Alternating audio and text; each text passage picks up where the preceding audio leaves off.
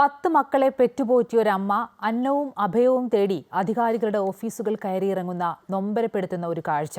കൊല്ലം കാവനാട് സ്വദേശി 88 വയസ്സുള്ള ശാന്തകുമാരി അമ്മയ്ക്കാണ് ഈ ദുർവിധി. അമ്മയെ സംരക്ഷിക്കണമെന്ന് അധികൃതർ ഉത്തരവിട്ടിട്ട് പോലും മകൾ അതിന് തയ്യാറാകുന്നില്ല എന്നാണ് ആക്ഷേപം. ഉള്ളതെല്ലാം തട്ടിയെടുത്ത ശേഷം ഇവർ നിരന്തരം ഉപദ്രവിക്കുന്നത് പതിവാണെന്നും അമ്മ അമൃത വാർത്തകളോട് പറഞ്ഞു.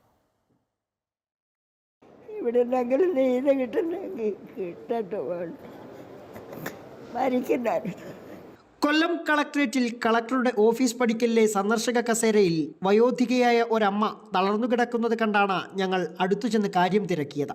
നിലവിളിച്ചുകൊണ്ട് ആ അമ്മ പറഞ്ഞ കാര്യങ്ങൾ കേട്ട് ഞെട്ടി. എൻ്റെ ഭർത്താവ് മരിച്ചിട്ട് 7 കൊല്ലം കഴിഞ്ഞു. ഇതിനെയൊക്കെ കഷ്ടപ്പെട്ട് വളർത്തിയെടുത്തില്ലേ പോലെ എനിക്ക് വെള്ളമില്ല, ഒന്നുമില്ല, ഞാൻ ചാവണം.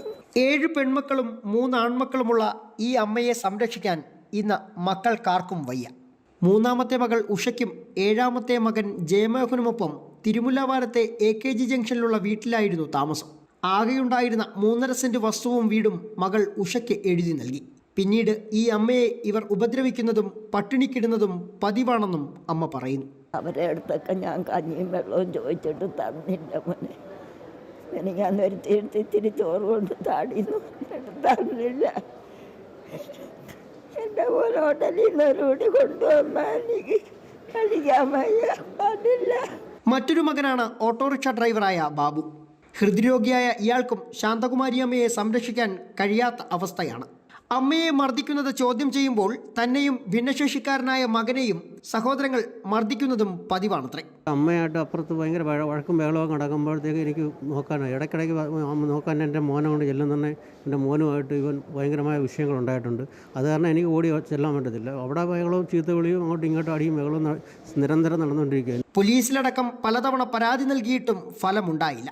അമ്മയെ സംരക്ഷിക്കണമെന്ന RDO ഉത്തരവിട്ടിട്ടും മകൾ അതിന് തയ്യാറാകുന്നില്ലെന്നും ആക്ഷേപമുണ്ട്. 10 മക്കളെ നൊന്തുപെറ്റ ഒരമ്മയാണിത്. ഈ അവസാനത്തെ കാലത്ത് അമ്മയ്ക്ക് ഒരിറ്റു വെള്ളം കൊടുക്കാൻ, ഒരു നേരത്തെ ഭക്ഷണം കൊടുക്കാൻ ഈ മക്കൾ ആരും തയ്യാറല്ല. ഈ അമ്മ നീതി തേടി മുട്ടാത്ത വാതിലുകളില്ല. പ്രതിവാർത്തകളോടൊപ്പം സുജിത് സുരേന്ദ്രൻ, അമൃത ന്യൂസ്, കൊല്ലം.